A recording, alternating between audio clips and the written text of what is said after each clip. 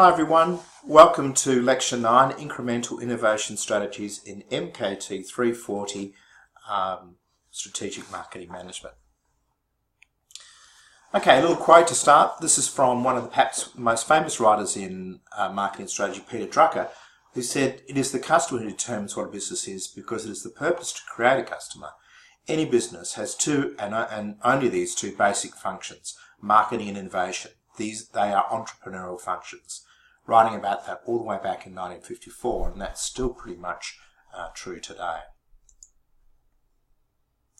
Okay, so this is where we are in terms of our overall strategies. We're looking here at the process now of moving from strategy development implementation, and today we're looking at incremental innovation strategies, new product and service development. So the focus of this lecture is to examine incremental innovation, strategies that are based on modifications or improvements to existing products and the introduction of new products and services. The focus is to examine the processes and practices involved in generating, developing and evaluating these ideas, in launching and commercializing new products and services, and the process and activities involved in measuring the performance of new product introductions. Here's some research from Kenneth Kahn and his colleagues in the Journal of Product Innovation Management from a couple of years ago, and you can see here that they outline there are 7 key factors that make up what NPD, and this is new product development practice: company culture, the climate of the product of the project group, the processes used, the use of research, both market and commercial technical research, commercialization, and the metrics and performances used to evaluate the success or otherwise of the new product development process. It's really a key aspect of any organisation's mission and long-term planning. Why? Because products and services we've seen mature over time.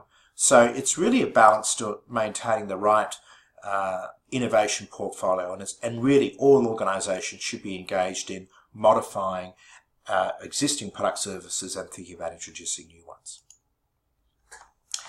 The research suggests from your text that really the culture of the company, top-down support, cross-company alliances with suppliers and distributors is important, collaborative partnerships and alliances, dare I say decentralisation.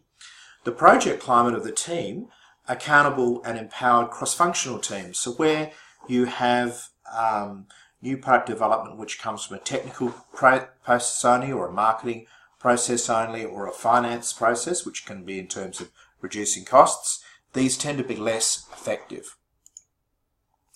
The process dimension is shown in this diagram here. In these days, rather than your standard steps in your product development, it's suggested that there are a series of gates that people go through, from scoping, building the business case, development of prototypes, testing and validating that, a pre-launch, and then a post-launch review, and we'll go through each of these stages. This is often called the Stargate process.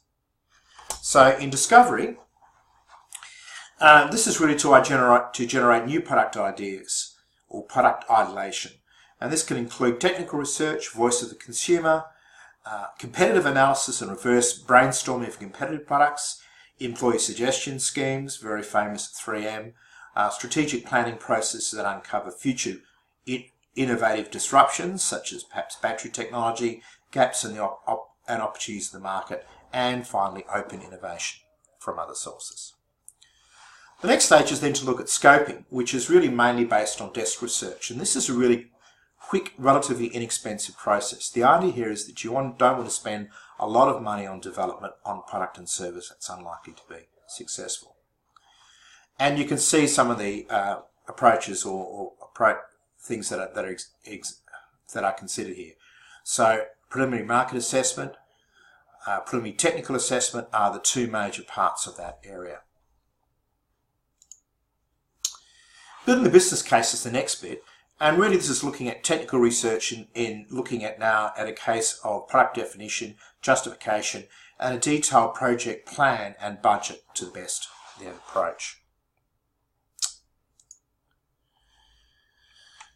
Development is the next stage, where a product or service prototype or an app prototype is developed and is alpha tested or beta tested later on with users, or a lab tested product. During this test, market launch plans are developed, financial plans are updated, and product confirmation issues, regulatory, legal, patent, are resolved. Timing is the next stage, which is really how much time do we spend in developing this product in order to get to the market quickly. There must also be sufficient time to allow for the physical distribution of a new product or service. Pre-launch activities are really about building up preliminary interest about the new product development or launch, sometimes referred to as a teaser campaign. The launch is really what we often call event marketing, made famous by Steve Jobs in Apple, and really is to create the awareness of the product and try to encourage demand. The post-launch stage occurs after this. Marketing activities are continued to build and sustain sales movements during the launch. The most important objective in this approach is to retain distribution support. Throughout this process, research and commercialisation and metrics are quite important. So the use of combined traditional market research techniques, as seen there, guides the development of the market acceptance of a new innovation. Commercialisation is also important in terms of slowly developing the business plan over the cycle of the new product development process.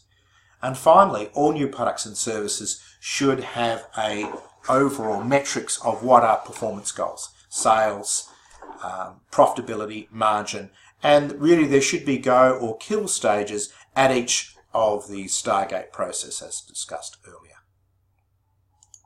So that's basically it in brief. I hope you enjoyed this overview of new product development or incremental innovation.